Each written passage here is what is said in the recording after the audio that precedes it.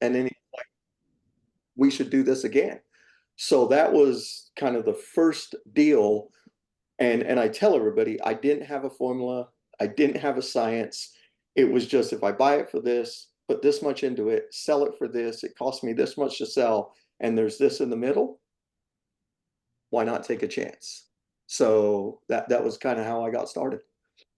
All right, so tell us about a bad deal or one that went south that got you questioning what the hell you're doing. Oh my Lord. Um, I've had more more than I want to be. Like I mean I mean I've invested in 21 markets. And that sounds cool. It sounds cool, but my Lord, did I have sleepless nights. Probably the most horrific deal I had is I did a lot of investing in Detroit, and I bought an old maternity hospital, like 1890s, in a historic area, and my whole goal was to convert them into condos. And so I bought this building for like 50 grand. And somehow nobody tells me there's no back wall. No realtor tells me that. No photo tells me that. No contractor tells me that, right? Like the whole thing is missing a back wall in a historic district. So if you guys know how historic districts are, you got to meet their requirements. You can't change the outside. Okay, not a big deal, right? We get that fixed. Along the journey, the contractor, me and him had flipped 48 single family houses together in Detroit, Michigan. 48. This project was much bigger, so he brought in his brother-in-law. I never had a warm fuzzy from the brother-in-law. You know how you get that gut feeling like this dude is a little shady? I didn't really know he had brought in his brother-in-law.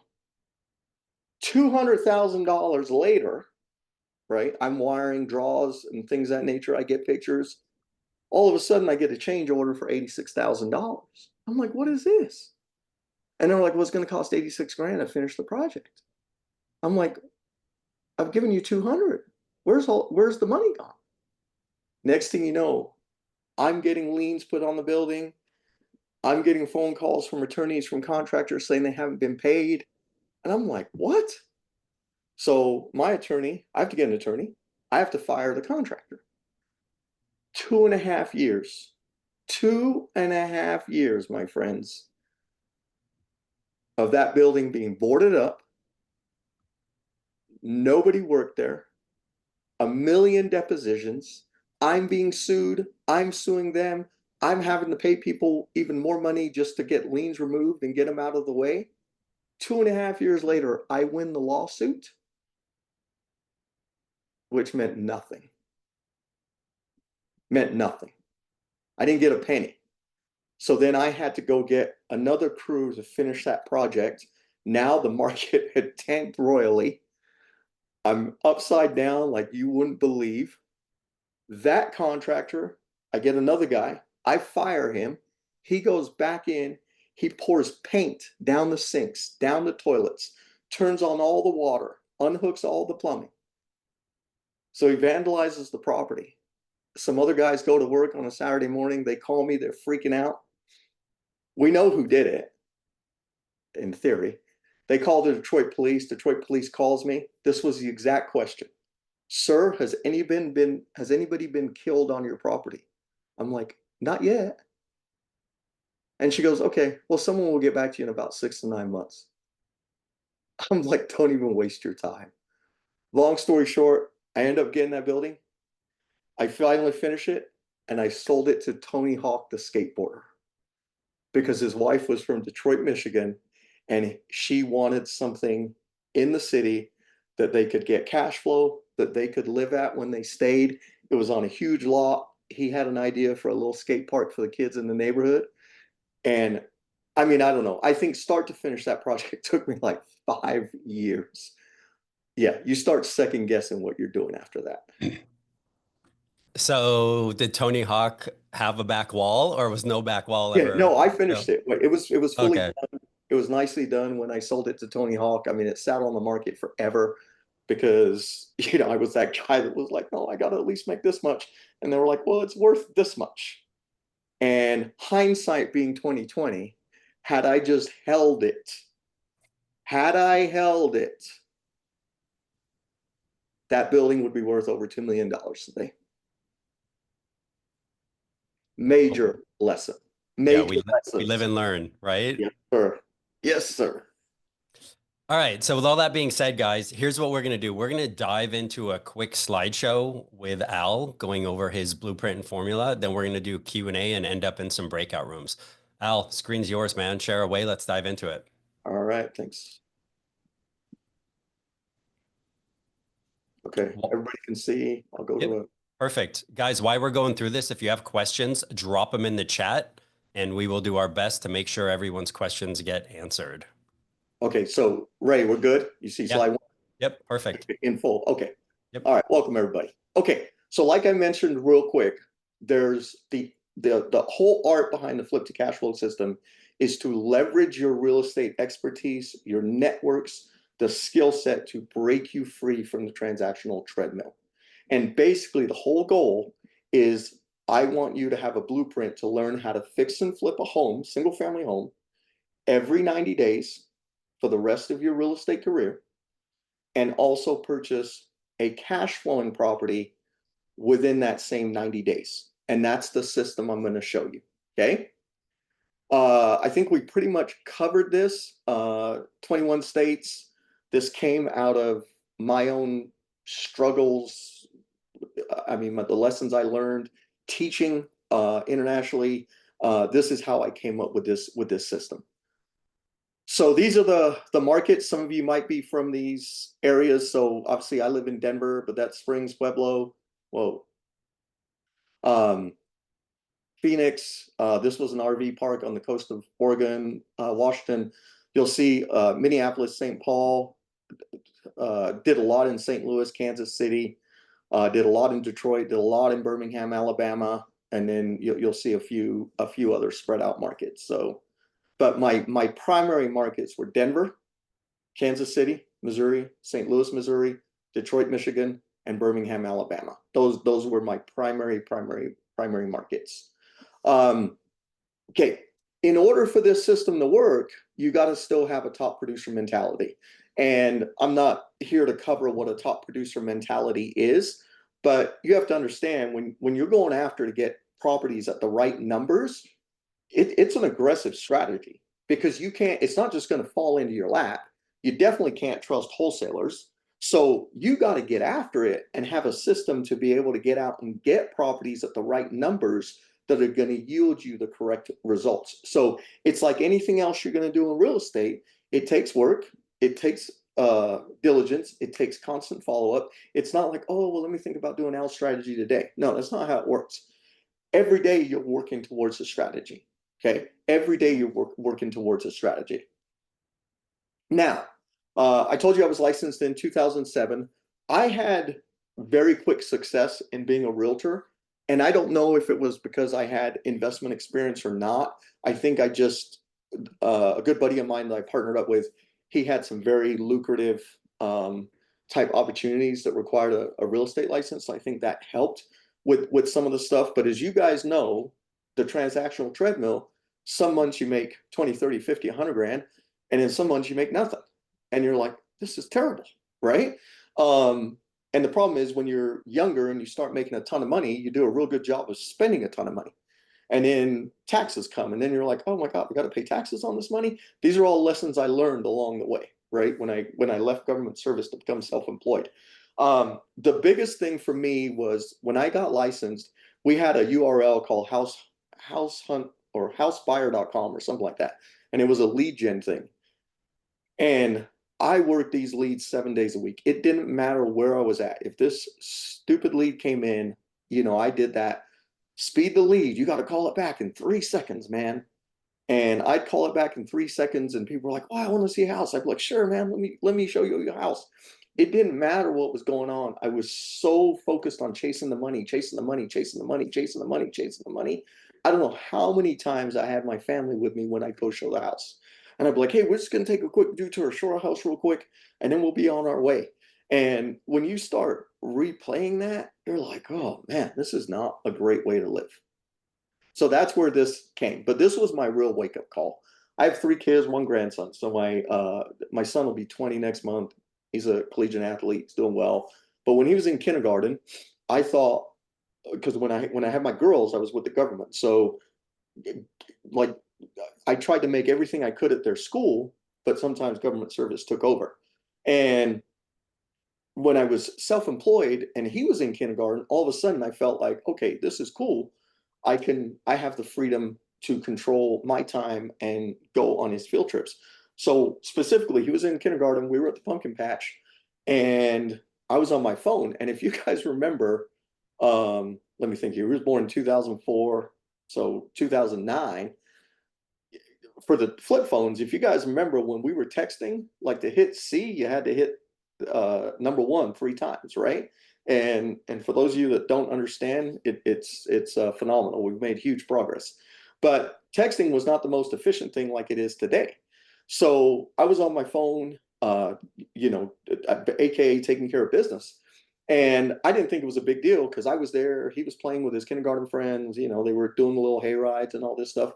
And at the end, his teacher came up to me and she said, hey, Mr. Philip, it's phenomenal that you're here as a father because a lot of fathers, unfortunately, don't get the chance to attend field trips. But she said, are you really here? You've been on your phone the whole time. And that hit me hard. Like it hit me hard. And I was like, okay, there's got to be a better way to what I'm doing. So some of this I think I've already covered yep, I have.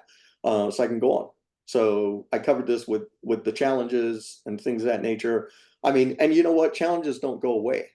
Like I'm dealing with a stupid tenant in the state of Colorado right now. This crazy lady has been a tenant for 8 years, hasn't paid in 5 months, and I just had an eviction denied. Denied. Because they said paying rent is no fault. I'm like, what? Nuts. So unfortunately, the horrifics of real estate never really go away. You just got to get better at navigating them. But here's my system. You're going to fix and flip a property in your local market. In your local market. And I'm going to tell you why. Because remodeling out of state is tough. It's tough because you think you trust people. Like you thought I trusted my realtor. If you remember, and the contractor, we've done 48 deals together. Same realtor, same contractor. But on the 49th one, they decided to lie to me. They decided to hide the truth from me.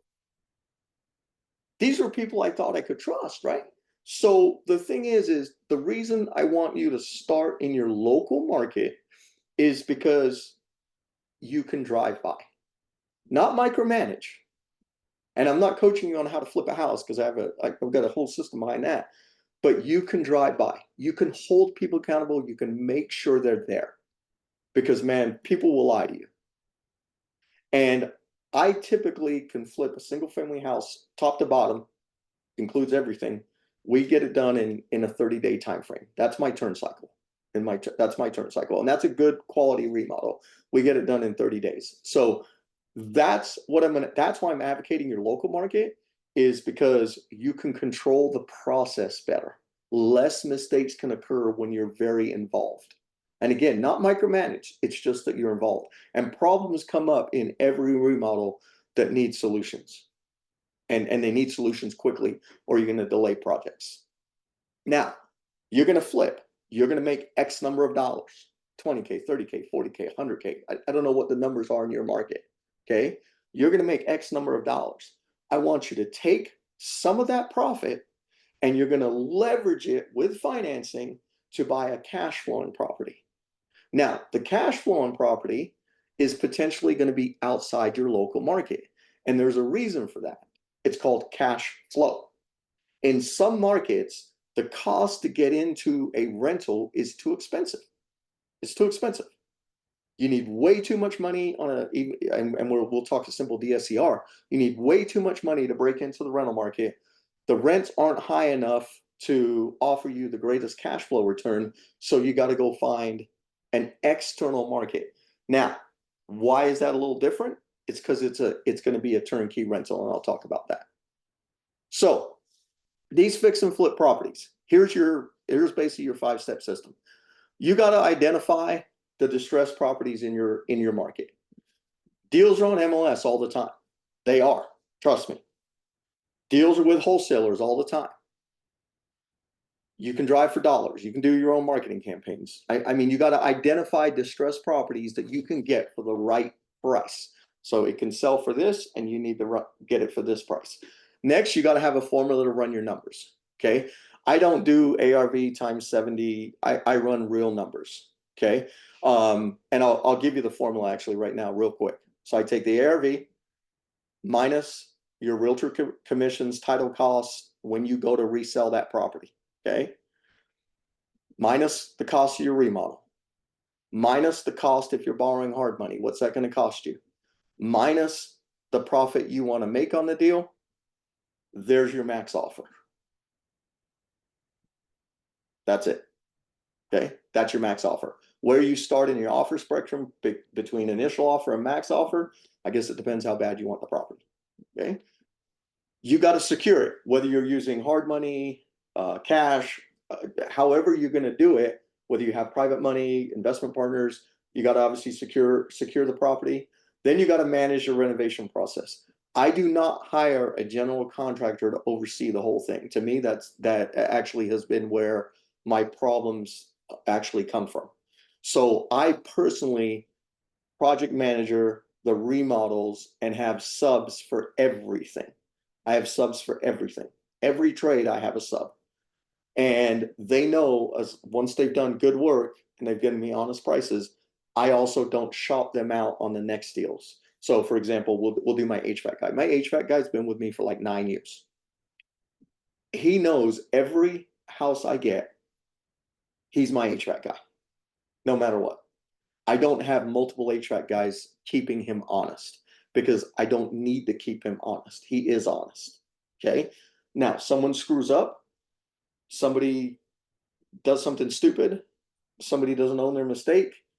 I found out somebody, whatever, stole or whatever the case is. Well, I'm not calling them again. Right. So then I go on the hunt to replace that trade.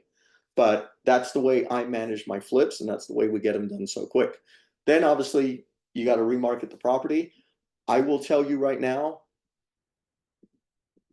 do not discount paying the buyer's agent. Don't be that investor. Let the buyer's agent make their money. We all know what it feels like to be a buyer's agent and show 3 million houses. Let the buyer's agent make that money. It was in your formula. I am a huge proponent of staging. Yeah, pay the 2-3 grand when you relist that property for staging. It's worth it. It's worth it. And I'm going to show you a picture of like what my staging looks like. It's not my staging, but the stager I hire. Photographs. As you guys know, online presence is huge, right? People have to fall in love with your house when they look at it on Zillow. They have to. That's how you got to think when you're reselling the flips. And this is all accounted for. It's all accounted for in your numbers. Now, when it comes to the cash flowing properties, I already talked about the reason why you would potentially go beyond your local market. Here's something you need to understand. You are not remodeling these cash flowing properties. You are not. You are buying something that's turnkey ready. You're buying something that's turnkey ready, because if I taught you to say, hey, get the best deal in Detroit, well, that's going to be a distressed asset. Now you've got to manage rehabbing in that state that you don't live, for example. So I want you to focus on just getting a turnkey asset that's ready to go, that meets the number criteria. Now, what is important is you got to choose the right market. And when it goes to choosing the right market, cash flow is one, right?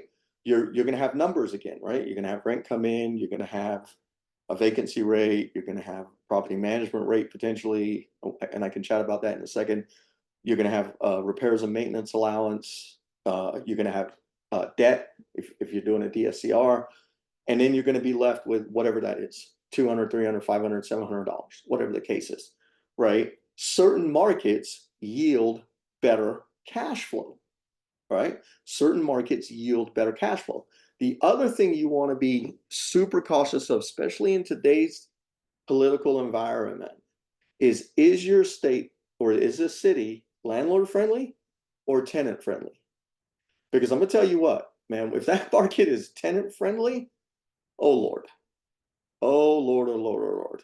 When it comes to getting rid of a non-paying tenant, it is a nightmare. I mean, a nightmare.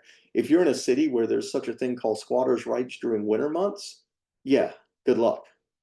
And things of that nature. So you've got to do a little homework on, is this market landlord friendly?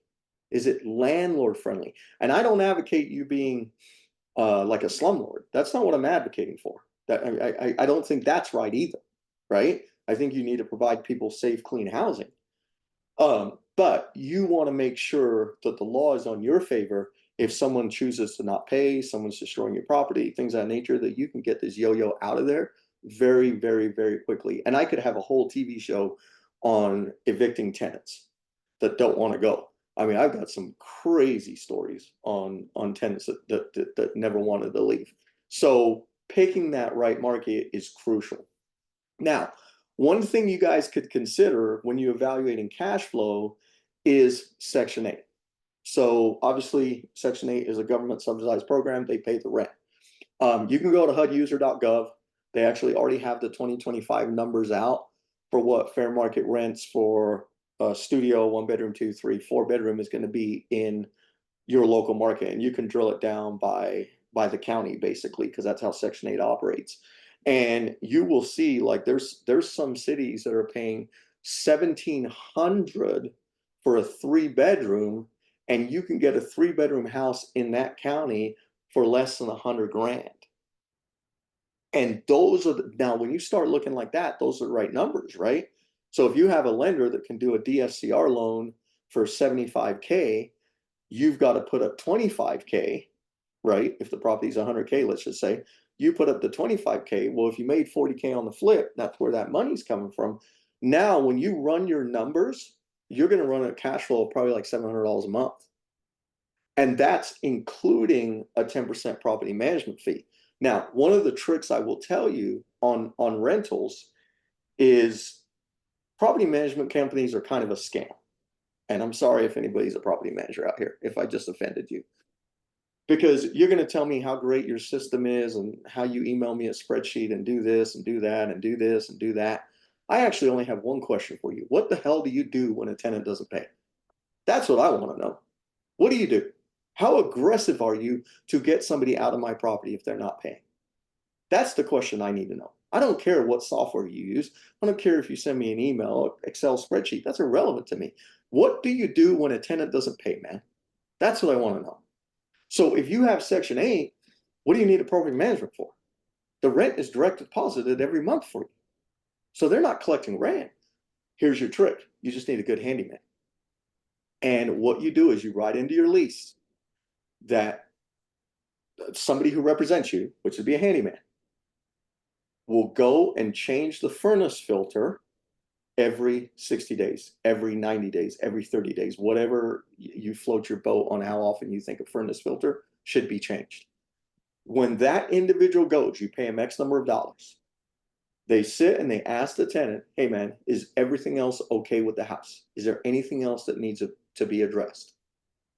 Because then you're going to get eyes on site that's reporting back to you. Now, let's say there's a leaky faucet or something like that.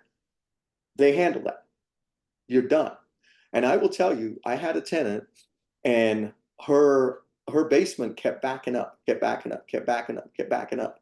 And she never called me. She never ever called me. She never called to complain about that because I would always kind of work with her on the rent. She was a self-pay tenant.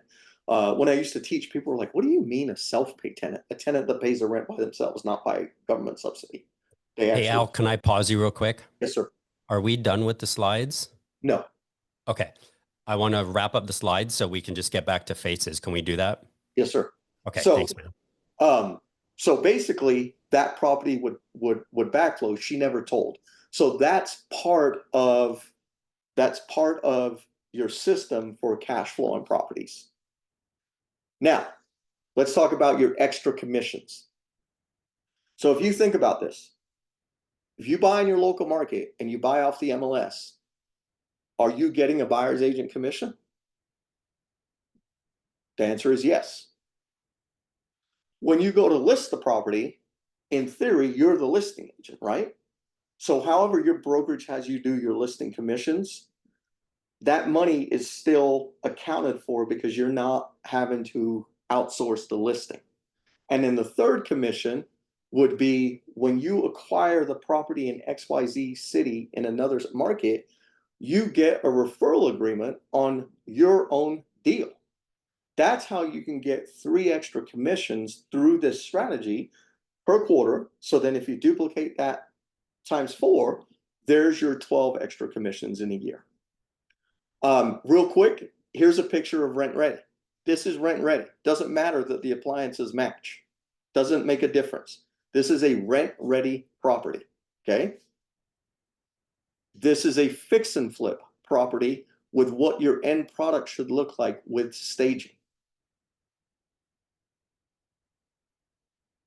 And then the only thing I want you guys to think about is if you were to implement this, what would this do for your generational wealth? What would it do for your business? And what would it do to help you get off the transactional treadmill? So, Ray, that's it for the slides. Awesome. I love it. Thanks for that, Al. All right. So before we go into Q&A, I just want to start with this. If somebody's doing 4 to 6 transactions a year and they want to buy their first investment, what is their next step? As in a fix and flip? Yeah, sure. Okay. So the most important thing is they got to go figure out how they're going to fund the deal and fund the rehab. That's step 1. You got to know how you're going to buy the asset and fund the remodel. So my suggestion to you is to find local hard money lenders. That's my suggestion to you. Not nationwide, local. Local guys move quicker. Local guys know the local market. Now, they obviously are going to charge points. They're going to charge an interest rate. Some pull credit, some don't.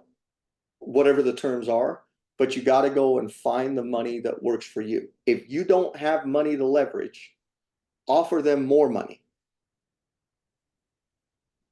Offer them more. So if they're at 2 and 12, that's 2 points up front, 12% annualized interest. You scrape up the 2, offer them 14, 15 on the back end. Right? They're the ones with the money. That's how it moves you forward. So that's your first step. I love it. Thank you. Guys, I think a lot of people are afraid to take action on doing something like this. And you're going to learn by doing it over experience. That doesn't mean you shouldn't be reckless or careless or cautious. With that being said, I would love to, Al, thank you for being here today. Yeah, Lisa, Al will definitely drop his contact information in the chat. And guys, let's go into Q&A and then we'll jump into at least one breakout room today and talk about this stuff. Who has questions for Al? Don't be shy. Experienced, newbie, doesn't matter. Who has questions for Al? I got a question. Julio, you're up, bud. Hi, Al. Great information. I appreciate that. I'm from California. I noticed when you showed the map in the beginning, you didn't show almost anything in the West Coast, only I think Washington State and Oregon. Why not California? Because of the laws and the prices, or what? The prices, the laws, all the above, man. all the above. That is like the last state in America I would do business in. That's my own personal thing. For me, okay, so the fix and flips, obviously, I prefer to fix and flip in Denver because I live in Denver, right? Metro Denver. For cash flowing assets, for me, I have had the most success in inner city African American communities. That's my own personal success. It may not be yours, it may not be your cup of tea, but for me, that is where the cash flowing assets have made the most sense. It's interesting what you say that I don't know, you guys familiar with the LA area. I bought a property a couple of years ago in Compton area. Mm-hmm. And it was a nightmare. first of all, all the area is tenant friendly, like you said. LA is getting tough for investors. Where I live in Ventura County, the city that I live, they already passed the ordinance for protect tenants. Mhm. So right now, it is very hard for investors to do anything. Mhm. So I'll try to look for the Arizona, Texas, even Florida. Mhm. But I'm afraid to make the jump because, like you said, who you gonna trust? Mhm. You're gonna fly to Arizona, you're gonna fly to Texas or Florida to start investment. Mhm. It's very hard to make that So move. let me answer that question, Julio. So um, I'm actually very familiar with Compton and how Compton's economics change. Okay. Um, and um, as far as Arizona, as far as Texas, as far as Florida, if you remember to buy the cash flowing asset, I said make sure it's turnkey, right? So that no work is done. It's ready to go. It's rent ready. So you'd protect yourself with an inspection, just like a regular residential buyer would, right? So you'd have the details. Now, as far as getting on a plane and going to another city, yes, and yes, and yes, and yes, and yes. Find it when Frontier has a $49 flight or $29 flight or something like that, and go. Go and spend 3 days in that city. Three, rent a car, drive around. You have a million addresses from your realtor, from Zillow. Drive, drive, drive. Go make that real. I hate to say this, but make that realtor show you 500 houses, right? Obviously, that I'm exaggerating, right? You need to get your feet wet to understand that market. You also need to understand where gentrification is happening, right? We just acquired an 18 unit in St. Paul. This wasn't. This was the hood. This was the hood. It was the hood. The corner store is now a vegan restaurant. What more economic indicators do I need? Right? Right. That's a neighborhood changing, correct? Corner store, a Absolutely. vegan restaurant, that's a neighborhood changing. So, um, and that's a different cash flowing strategy I'm going to use, but absolutely get on a plane. Get on a plane, go spend some time, drive around. All right. Thank you. I have a couple questions for you. Yes, sir. So, I've been doing flips here in Colorado for about 2 years now, and been pretty successful with it. Are you using any kind of auction services at this current stage? I know that they were pretty good, but I haven't used that. I've been basically either I find off-market deals through my social media presence, or we also have a foreclosure strategy where we pound the pavement every single week when they come out day before. And we have a cash offer service, and then also, the ability to change that, whether it goes short sale or something like that. um so I was wondering, one, I have a couple questions. So one is, are you using an auction type situation right now to try to pick up distressed properties here in Colorado? Negative. No. Negative. So it's either off market marketing, MLS, wholesaler. Okay. The other thing I'm starting to try to do is, because we're picking up a lot of these short sales, is I'll have an investor buddy come in and put a offer in, super low ball offer, so the bank, we present to the bank prior, Yep. and then wait about 2 months, Yep. and then keep the property marketed at the high end where it's probably not going to sell. Then we'll come back over the top with another investor about $25,000 higher to try to secure with the bank, because they've been seeing the property just sit, and that offer's been in front of them. Have you had any success with that as well? Yeah, a million times. Yeah, that's what I'm about to pick up about $100,000 one from doing that strategy, and I just started it, and it's pretty interesting.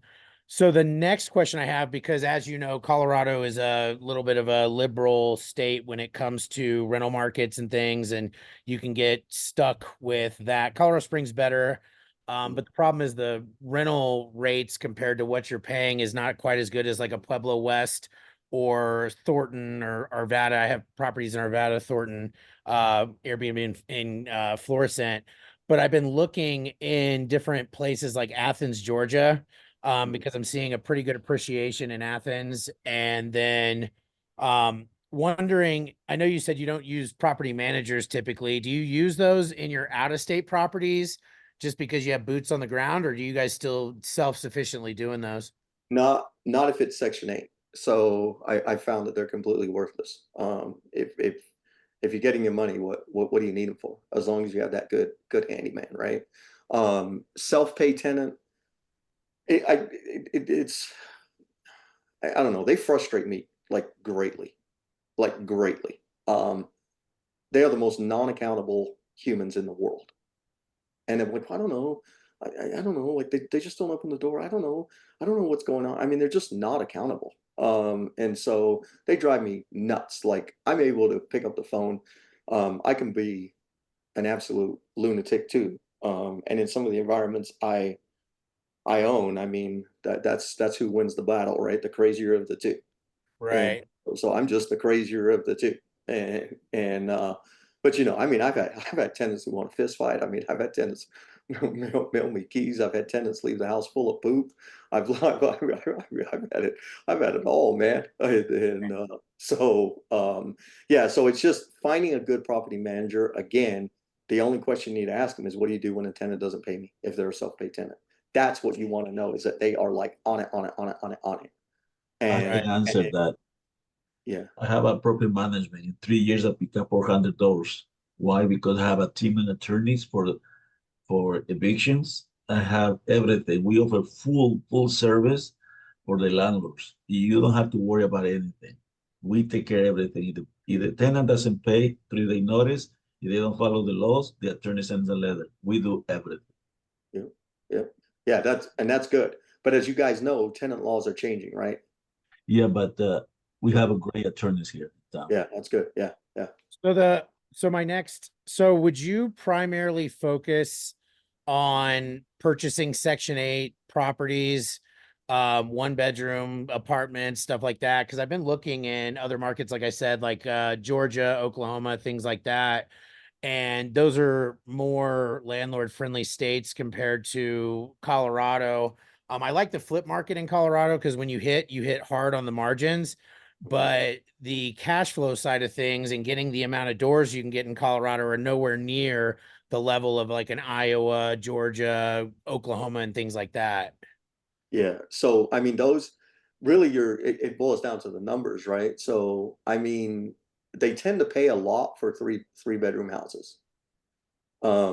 You know, I don't know how their scale is. Does that make sense? But go to HUDuser.gov and go to the fair market rental section. They have the 25 numbers already. You can look it up by whatever county Athens, Georgia is, and it'll tell you, and then do your math, right? From a studio all the way to a 4 bedroom, do your math of what your entry price is, run your cash flow numbers, and it'll tell you where you should buy. The other thing I would advocate you do is get a hold of the housing authority and ask them where their biggest need is. Right? Right. Ask them where their biggest need is. Like so, for example, in this 18 unit in St. Paul, Section 8 told us they have a huge need for elderly, slightly special needs, Right. right? And they would pay top dollar. Now, what we're doing with this 18 unit is, because I can get 42 beds in there, is I actually found a transitional homeless service that pays $800 a bed. Wow. And they handle everything. They handle everything, right? So do the math there, right? So now, do I want 42 humans and 18 units? Not sure about that, right? Well, I'll have to keep playing with where my sweet spot is. But even if you offset it, okay, I can get, 22, 24 beds in there at 800 a bed, and they have a huge need. And as you guys know, if any of you are from the Minneapolis area, it gets very cold very soon. So that winter months that they need beds. I mean, we just put somebody in who was in dire needs, and they gave us $1,000 just because they needed a 1 month rental, and the room wasn't even ready. Like, it's a Right. drywall, and they were like, "We don't care. There's bathrooms, there's a kitchen, there's heat. We'll give you $1,000. This guy needs to be housed this month." I was like, "Oh, but the room's not ready. We don't care." Okay, you don't care, and he doesn't care. I guess I don't care, right? So you just got to be resourceful when you're looking at cash flow. But the simplest is Section 8. That's the simplest, and they'll tell you where there's shortage or voucher, where There's a lot of vouchers, but not a lot of houses. And you can do that pretty much in any state, any county, and everything else like that. Because I'm looking, the other thing too is I have these properties that are kind of, they're not, I don't owe anything on any of the properties, and there's home equity lines of credit on all the different properties and things like that, which has been successful in the fact that I don't actually have to borrow hard money unless I am leveraged on multiple homes at that point. The other thing too is I can just come back and buy, boom, and I have my rate and everything, and that hard money points is no longer on there. So I guess my next question also would be on the contractor side of things. I'm using a project manager for my flips, and it's essentially a South Korean crew. They've been pretty phenomenal with me. I know I could probably save some money by subcontracting everything out. But do you think the savings is worth the amount of time compared to the project management side of things? If it's working for you, let it work. Okay. If Yeah. if it's not working for you, then fix it. Right. But if it's already working for you, and I don't know what that project manager, what his overhead is, if he's charging 10 over, 20 over, right? But again, it's built into your numbers. So if it's working, let it keep working. Well, the good part for my stuff is he actually actively is involved in the project and actually swinging the hammer as well. Okay. So that's been a pretty big benefit as far as our stuff. And our average flip time has been about 2 weeks. My fastest flip I did was in Thornton, Colorado, and it was start construction to close in 34 days. Yeah, that's good. Yeah. What and that's resale? Resale, it was a 3-1 in Thornton. I'm sure you're probably familiar with those houses, the 986 square footers and stuff like that. So, there was much less work, obviously. I think we finished the project in about 6 days, went on the market in day 7, had the property sold on day 8, and closed in 34 days after that. So that was our best. Yeah, that's fantastic. Hey guys, I'm going to interrupt. We have 3 other people with questions, and I want to make sure we get everybody. Matt, thanks so much for those questions. I know they are very helpful to everybody. Danny, you're up. Hi, Al. Yeah, so I know you had mentioned that you don't like property management companies, but that question, what are you going to do when tenants don't pay? What are the answers that you're hoping they'll say? You're looking for? We'll do whatever it takes to get the human out of the house. Okay. Like I'm being dead serious. Like, you don't have to bore me with all your details. Like, I just need to know you are going to be like the most aggressive person that you can be. Like, you're going to be a lion that day, right? And you are going to get this clown out of my house like ASAP. You know, and I will tell you this, like, sometimes it's just better to pay him to leave. I've learned that. Just give the yo-yos $1,000 and be like, get out today. Cash Cheaper. for keys. Just get out today. I'll give you $1,000 cash. Just, I never want to see you again. Just leave me alone, right? Because again, if they know how, my longest eviction was 9 months, start to finish. Because the tenant, she knew how to play the eviction game. Like, her kids could cry on demand in front of the judge. Right? And so, and you know, laws are laws, but the judge is still the superseder, right? If the judge feels sorry for that family, man, you're screwed, because you're looked as the scrupulous investor that just wants to make money. You know, kind of thing. So I just need to see just raw aggression out of you, like that fighter mentality come out. That, oh no, we don't play games. So, well, and again, I'm okay being resourceful, right? Cash for keys, for example. So, All right. Thanks, Al. Appreciate it. Love it. Hey, Rob, you're up, bud. Hey, Al, thanks again for everything. This has been extremely informative. I was also going to ask a little bit about that how you manage some tenants that aren't paying, which I'm also going through right now. So the advice on aggression, I think I'm going to take to heart. One other question I had was around Section 8 housing in other markets. I'm here in Washington, D.C., and I have a Section 8 tenant, and the D.C. Housing Authority, the subsidiary of HUD here, froze rent increases in 2019, and it hasn't changed since. And so, like, I'm wondering if you deal with issues around like how you manage your rent increase over time, knowing that different HUD agencies can be challenging to work with. Yeah. So, and that obviously is, I mean, that's true of any market, right? So that goes back to, that's why I'm a huge proponent again of fix and flip in your local market because you can control it well. That cash flowing market sometimes has to be your non-local market because of all the things I've outlaid, right? They will increase rent. They are landlord friendly. They've got too many vouchers, not enough houses, right? If the Section 8 tenant destroys your property, they will take them off that list for the rest of their life. Like they enforce things like that. You get where I'm going. So, and obviously, DC's got its own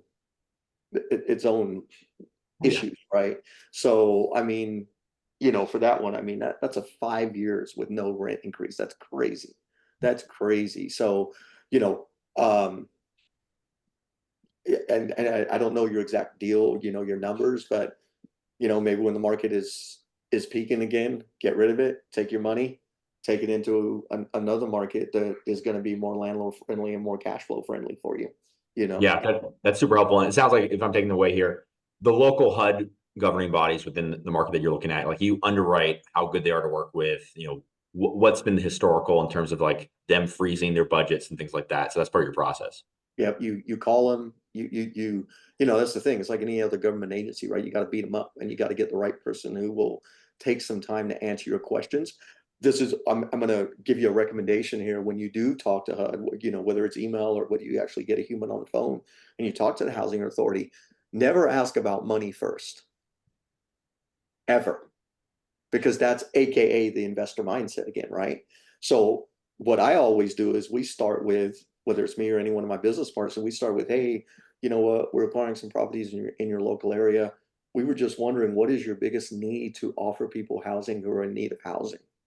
Do you see how that changes the conversation? Right? Just right off the bat, right? Then at the very end, we start asking the financial questions.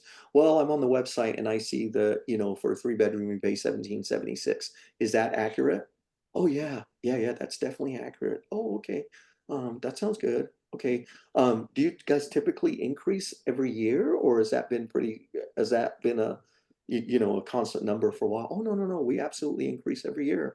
We know that costs go up for you guys owning a property, insurance. We know that, right? Do you see, you just reframe that conversation that you were there to serve them. You were there to help them. Yes, we know what your inner motive is, obviously cash flow, right? But you're projecting very different to the average investor who calls and say, well, what does Section 8 pay? And right? That's the average investor when they call. You've now, and one of our questions is, if we decide not to go to Section 8, do you know other programs that are in dire need of good housing? You will be amazed how many people they will refer you. Yeah. Because obviously sober living is big, transitional homeless is big, sex trafficking homes is big. Like there's so many other needs right now for housing where these programs are getting funded from the county. They're a nonprofit getting funded from the county, but so that's who will pay your rent. And that might be a better fit than Section 8, for example. Yeah, awesome. Really, really appreciate that. Thank you. Love it. Thanks, guys. Kevin, you're up, and then we'll have to wrap it up, guys. Thanks. Al, quick question. So with your system of obtaining or acquiring these properties, these turnkey properties, what type of exit plan do you have as you're accumulating all of these properties? I would imagine it gets overwhelming. Maybe after a while you have 20 different single family homes. So is there an exit plan to maybe consolidate or sell, or what are your thoughts on that? Yeah, great question. So some of it's personal choice, right? Well, actually, all of it is personal choice, right? You have to start asking yourself, obviously there's the cash flow, there's the appreciation, and there's legacy, right? So is there a point where the appreciation now makes sense that return on initial investment, right, makes sense over the cash flow of $300, $400, $500, $600 a month, right? You can now make $100,000 on the property or something like that, right? And with that, you can re-leverage it back into something else, right? Doesn't necessarily mean bigger, but you can just you can park the money elsewhere, kind of thing.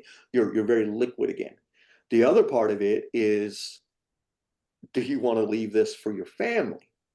And that's a whole nother webinar, because you work hard, right? You work hard, and you acquire this real estate portfolio, but are your kids really real estate investors? Do they really want to be real estate investors? Do they have a luxury to being real estate investors? Are they going to screw this whole thing up that you worked hard for, right? So sometimes that legacy question is, if you're deciding, no, I'm going to keep them forever, it's going to be generational wealth. You know, XYZ is going to own this for 200 years kind of thing. Maybe. You have no control once you're dead. And you got to hope for the best on your estate plan and what your kids did. So I think there's just a point where you start saying, okay, do I want to be liquid?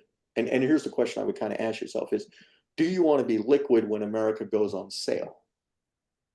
So for example, like, you know, my initial entry price was somewhere between 5 and 12 grand on a lot of these inner city ghetto houses, right? I'd end up putting somewhere between 10 and 15 in, or 10 and 18 into them kind of thing. Now, do I believe that I'm going to be able to buy houses for $5,000 to $10,000 anymore? I don't know that I actually believe that. I don't know that I believe it.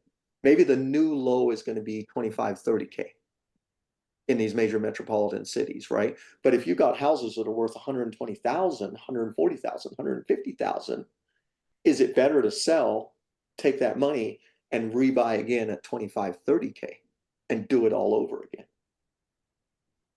Or do you just keep that $500 a month? Which obviously, you know, if you're doing market rent increases, that's obviously going up also. So those are the just, they're all personal questions. It's kind of like you have to be your own fund manager, your own portfolio manager of what's going on. So I hope that answers it. I know it didn't directly give you do this, but it's just hopefully that gave you stuff to think about. No, perfect. And I mean, basically, you're just saying, you know, play it by ear, depending on what works best and what your end goal is. Yeah, yeah. You always want to be like, leverage is good, right? Smart leverage is good. You never want to be over leveraged. Smart leverage is good, but you also want to be. You also want to have some liquidity, right? That you can take advantage of the next greatest deal. Like I got a good friend I grew up with, right? He owns 2 liquor stores. He always has 10 grand on him, cash. Always. There's not a day that he doesn't have 10 grand on him, cash. And when you ask him why, he's like, bro, you'd be amazed what people want to sell. And if you have the cash, you get a good deal. I can buy a car for $1,000. I can turn around and sell for $6,000. Like that's how he thinks, right? He's got to have the cash on hand to take the next deal. So it's kind of that, you know, and I've made mistakes selling properties way too soon, way too soon, because I didn't have a crystal ball. I mean, you know, you learn as you grow, you know what I'm saying? I mean, there were properties that, you know, I thought I was hitting home runs selling for, you know, 75, 80, 90 grand that today I could be selling for 150, 160. And you're like, but you can't look back, right? You just can't look back. And you just like, okay, lesson learned, you know, I'll look through the next cycle through a different lens. I love it. Thanks, Al. All right, guys, we did not get to breakout rooms, which I think I'm kind of famous for, never getting to breakout rooms when we do these webinars. Al, thank you for that. That was absolutely amazing. Mida, I see your message. Yes, we have a recording. It'll be on YouTube tomorrow, so you can check it out on our YouTube channel. Walt, if you're still here, or somebody, will you drop the YouTube channel link again, please? Guys, thank you all for being here. We finished strong with about 66 of you still on here. That's amazing. Al, what's one action item everybody could take today to move one step closer to buying their first investment property? So the easiest thing to do, the one action item right away, is go on the MLS, which you all have access to. Go and look at how many properties have been listed for over 120 days in your local market. Out of those ones that have been listed for 120 days, figure out why is it still on the market? Is it overpriced? Is it overpriced for the condition? And what you're looking for is overpriced for the condition. And that would be the one thing, because now you're getting familiar with there could be a potential deal. And I am going to tell you guys, there are houses I have offered over 100 grand less than asking, and the offer gets accepted because of the human emotion that they're just tired of having the property on the market, and they've come to realization that this thing is not worth as much as they think it is. And If you get to that point that you're going to do that, don't be that investor that just emails that offer. Call the listing agent out of respect. Explain who you are. Explain why you're going to send an offer, and you in no way, shape, or form want to insult them or their clients. You will be amazed at how that 5-minute conversation works to your advantage. You will be amazed, because most agents are like, yeah, please write that offer. How do you fund your deals? So every once in a while we use hard money, but we typically, I have a bunch of private money guys that partner up with me. How do you find private money guys? A lot of it is relationships. You're going to start with hard money. You're typically going to start with hard money, but then when you go to these investor groups, these meetups and things like that, you're going to meet people. And then the greatest private money guy is a flipper gone bad. So he's a guy who watched a YouTube show, who went to a couple investor meetings. He's on BiggerPockets, and he thinks he can flip a house, and it went sideways for him. That guy would much rather partner up with you and let you be partners to do a deal, because you have the real estate experience, you have the contacts, you have the network. And they realized that there were a lot of moving parts in remodeling a house. And I will tell you, in my partnership deals, okay, when you put up the money and I do the deal, we split profit 50-50. So I don't treat you like a private money lender trying to get 8% interest. I treat you like a partner. You are a partner. You're a partner. Partners split. So if you haven't figured out, I'm not that greedy flipper, right? Where I'm always trying to borrow money for the cheapest price possible. That's just not it's not my MO. It's just not. It's not. So that's just another little tidbit.